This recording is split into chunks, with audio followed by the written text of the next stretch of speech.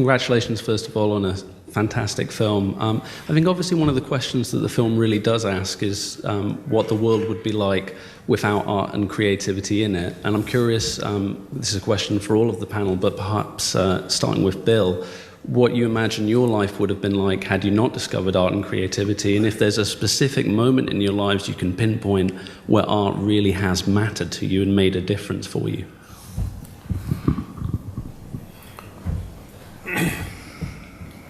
Well, I think it would be back when I started acting in Chicago. I wasn't very good, and I remember my first experience on the stage. I was so bad I just walked out on the street and started walking. And I walked for a couple of hours, and I realized I'd walked the wrong direction. Not just the wrong direction in terms of where I live, but the wrong direction in terms of a desire to stay alive. And so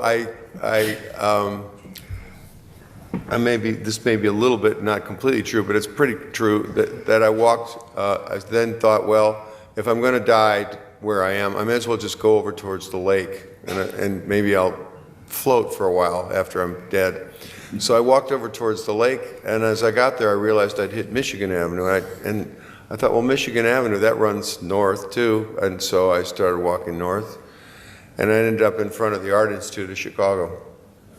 And I just walked inside, and I didn't feel like I had any place being there, and they used to ask you for a donation, you know, when you walk into a museum, and I just walked right through because I was ready to die, and pretty much dead. And I walked in, and there's a painting there, and I don't even know who painted it, but I think it's called the Song of the Lark, and it's a woman working in a field, and there's a sunrise behind her. And I've always loved this painting, and I saw it that day, and I just thought, well, look, there's a girl who doesn't have a whole lot of prospects, but the sun's coming up anyway, and she's got another chance at it.